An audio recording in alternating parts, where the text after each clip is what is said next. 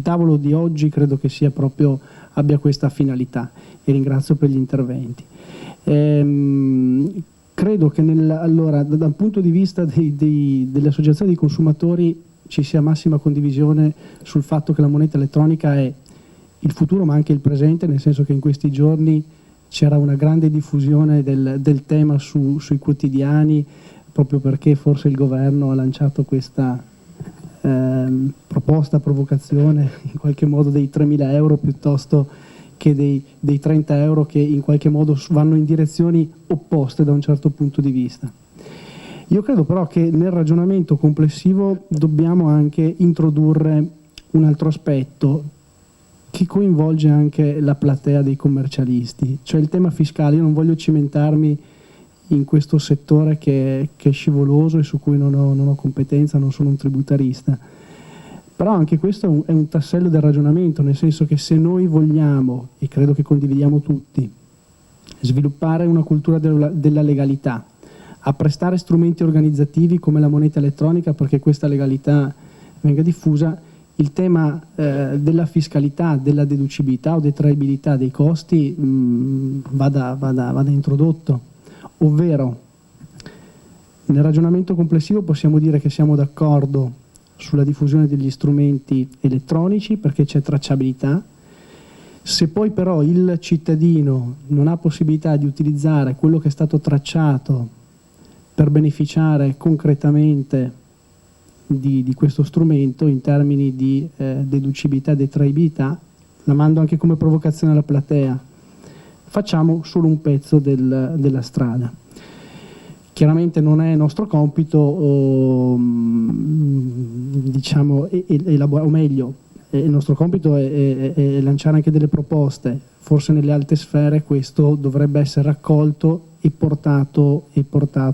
a concretezza. Mi riferisco al tema del conflitto di interessi, della fatturazione e quant'altro. Questo credo che vada introdotto e vada sviluppato come tema, altrimenti rischiamo di fare solo un pezzo del percorso. E lo lancio come sollecitazione alla platea perché credo che sia sensibile e penso che anche una realtà locale di un ordine molto attivo come quello di Verona possa elaborare anche delle proposte e portarle nei luoghi deputati a dare concretezza a questi principi. L'altro aspetto che vorrei introdurre rispetto ai temi che sono stati toccati è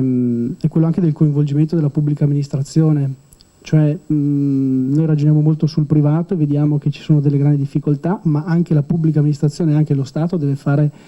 dei grandi passi da gigante, nel senso che se appunto tutti noi come cittadini abbiamo modo di andare negli ospedali piuttosto che in altre strutture dal catasto, ecco, banalizzo un po', ma ad altre realtà si va sempre molto spesso, si ha la difficoltà di pagare le marche, scusate se banalizzo, però anche questo è un aspetto che dobbiamo tenere in considerazione nel momento in cui tutti i giorni dobbiamo confrontarci con queste problematiche e nella prospettiva di modificare da un punto di vista organizzativo l'utilizzo del contante e poi l'introduzione della moneta elettronica. Quindi anche questo. A cascata chiaramente il tema della cultura finanziaria ci vede coinvolti e quindi come associazione dei consumatori l'incontro di oggi, ma tante altre iniziative che facciamo, sono proprio volte a diffondere questo tipo di approccio. Indubbiamente però dobbiamo mettere insieme tutti questi tasselli e cercare delle soluzioni condivise, ciascuno nel proprio ruolo. Quindi pubblica amministrazione, dico, sarebbe un soggetto da coinvolgere ulteriormente nel ragionamento, le associazioni di categoria indubbiamente rappresentate qui dalla Camera di Commercio e poi il settore bancario che chiaramente è particolarmente interessato per la questione delle commissioni e quant'altro e rapporti con gli esercenti finali. Soltanto avendo questa ambizione, in qualche modo questa utopia da un certo punto di vista in questa fase di visione complessiva, credo che riusciremo poi a elaborare delle soluzioni concrete. Credo che vada chiarito anche un aspetto per fugare dubbi. parlare oggi di obbligatorietà della moneta elettronica credo che sia una follia da un certo punto di vista per quello che ci siamo detti. Forse è una tensione che possiamo avere oggi nel quadro complessivo di un coinvolgimento di tutti i soggetti, di tutti gli attori che di questa partita devono far parte. Credo che oggi come oggi si debba parlare di una facoltà per i consumatori, per le condizioni ambientali e oggettive in cui ci troviamo. Dobbiamo raccogliere un po' di idee e portarle poi a concretezza. Quindi condivido il ragionamento che sviluppava il dottor Mion in termini di facoltà e di opportunità, anche perché, ripeto, e qui mi ricollego al ragionamento iniziale che facevo, non tutto è nero, non tutto è bianco, e quindi vanno sviscerati i vari aspetti, anche critici rispetto all'utilizzo della moneta elettronica. Non credo che nessuno dei relatori che mi ha anticipato volesse forzare il ragionamento facendone un dogma, nel senso che siamo ben consapevoli, per l'attività che facciamo tutti i giorni presso le associazioni dei consumatori, che rimangono comunque delle difficoltà in capo ad alcune fasce di popolazione, quindi si è accennato agli anziani piuttosto che a soggetti particolarmente vulnerabili, come diceva il dottor Giacomelli, così come è vero che la moneta cartacea ha delle problematiche igienico-sanitarie, ma ci sono delle problematiche legate alle frodi informatiche che indubbiamente colpiscono l'utilizzo della moneta elettronica. Però, ritornando sempre all'impostazione che cercavo di dare, è evidente che se tutti gli attori, compresi quindi gli operatori bancari, si adoperano come si sono adoperati per creare strumenti sempre più efficaci e sempre più semplici per la realizzazione di un sistema sicuro di moneta elettronica, è evidente che questo è il futuro e il presente imminente su cui vogliamo investire. Sicurezza chiaramente degli strumenti informatici e della moneta elettronica, che attiene alla problematica della privacy, perché sapete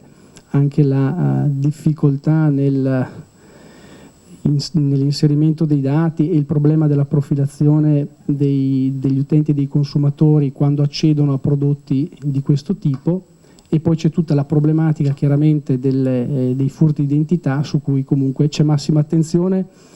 da parte anche degli istituti bancari. Solo un dato che indico è che è quello di un 98% di frodi informatiche che il settore bancario è riuscito a sventare.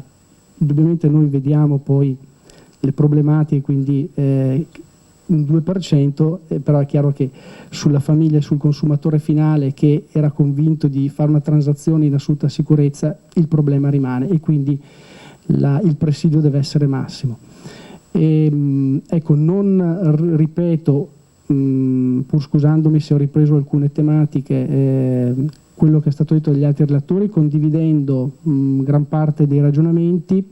Credo che da oggi parta una riflessione a cui appunto possiamo dare ulteriore seguito su due aspetti, quindi un approfondimento da un punto di vista anche fiscale, forse anche in altre sedi più elevate, rispetto appunto al tema dell'evasione e della tracciabilità delle movimentazioni delle transazioni, e dall'altro lato, ecco, un coinvolgimento anche della pubblica amministrazione, perché anche quello è un settore su cui il Paese ha necessità di innovazione, che va chiaramente collegata all'introduzione e allo sviluppo della moneta elettronica. Grazie.